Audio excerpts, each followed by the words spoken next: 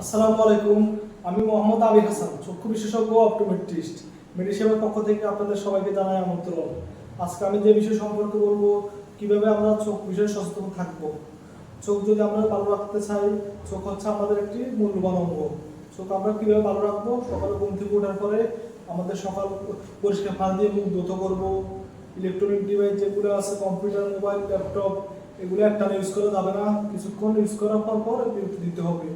যাদের চোখের দৃষ্টিজনিত সমস্যা আছে তারা অতি শীঘ্রই ডাক্তারের শরণাপন্ন হতে হবে এবং ভিটামিনযুক্ত খাবার, যেগুলো ফলমূল এবং ভিটামিনযুক্ত খাবারগুলো খেতে হবে নিয়মিত। এভাবে আমরা মেনে চলি, ইনশাআল্লাহ আমাদের যে প্রধান অঙ্গ চোখকে আমরা ভালো রাখতে পারবো। আমি আজকে মেডিসেবার পক্ষ থেকে আপনাদের সবাইকে আমন্ত্রণ জানাচ্ছি। আমরা মেডিসেবার পক্ষ থেকে চোখের বিভিন্ন কার্যক্রম করতেছি। চোখের অপারেশন থেকে শুরু করে চোখের রোগী বাছাই করে তাদেরকে প্রপার ট্রিটমেন্ট দিচ্ছি এবং রোগীদেরকে অপারেশনের জন্য প্রপার হেলথ চিকিৎসা দিচ্ছি। এই সেবা নিন, ঘরে বসে সুস্থ থাকুন নির্বিশেষে। আজকে আমাদের এই কার্যক্রম মেডিসেবার পক্ষ থেকে আপনাদের সবাইকে জানাচ্ছি আমন্ত্রণ।